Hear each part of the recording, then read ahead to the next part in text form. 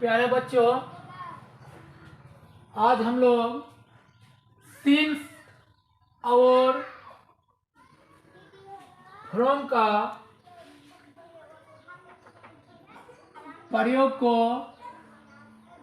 सीखेंगे कि कहाँ पर सिंस का प्रयोग होता है और कहाँ पर फ्रॉम का प्रयोग होता है। तो हम लोग इस नोट के थ्रू उसको जानने का प्रयास करेंगे। तो सबसे पहले सिंस तथा फ्रॉम का प्रयोग से के अर्थ में पॉइंट ऑफ टाइम के पहले होता है।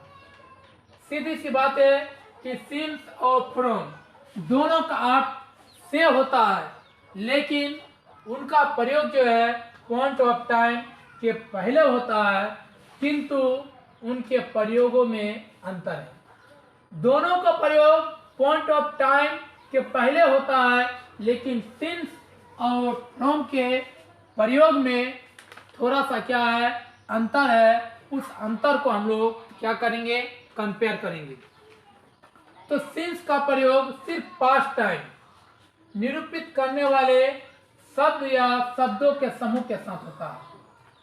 तो सिंस का प्रयोग हम लोग पास्ट टाइम यानी बीता हुआ समय यानी भूत काल में होता है, खासकर यह बताने के लिए कि कोई कार्य पास्ट में शुरू हुआ और अब तक जारी है।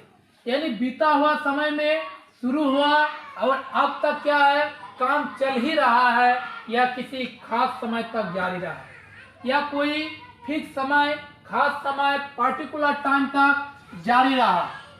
किंतु दूसरा बात है क्या, किंतु फ्रॉम का प्रयोग प्रेजेंट टाइम या फ्यूचर टाइम बताने वाले शब्द या शब्दों के समूह के पहले होता है। कुल मिलाकर यह कहा जा सकता है कि सिंस का प्रयोग जो है पास्ट टाइम में और फ्रॉम का प्रयोग प्रेजेंट टाइम और फ्यूचर टाइम में शब्द या शब्दों के समूह के पहले क्या होता है, आता है। और वह पास्ट टाइम को यानी पास्ट टाइम को सिंस बताएगा और प्रेजेंट टाइम या फ्यूचर टाइम को कौन बताएगा, फ्रॉम बताएगा।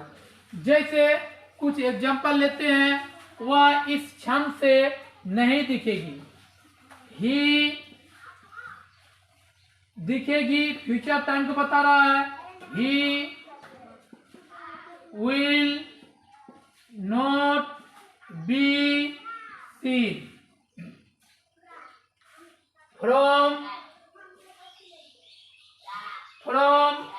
इस क्षण से, इस क्षण से, क्षण भी एक प्रकार क्या है, समय है।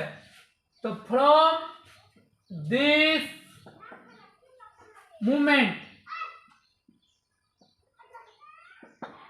दूसरा है वह अगले सोमवार, नेक्स्ट मंडे से आएगा। वो भी क्या बता रहा है, फ्यूचर टाइम को बता रहा है कि आने वाला सोमवार से आएगा। तो क्या हो जाएगा,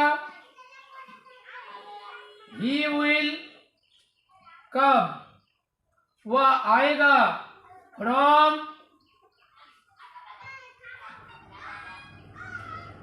मंडे नेक्स्ट।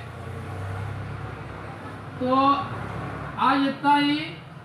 यानी हम लोग सिंस और फ्रॉम के अंतर को समझे। आगे हम लोग बारी बारी से सिंस और फ्रॉम का प्रयोग को पढ़ेंगे। चलिए नोट कीजिए।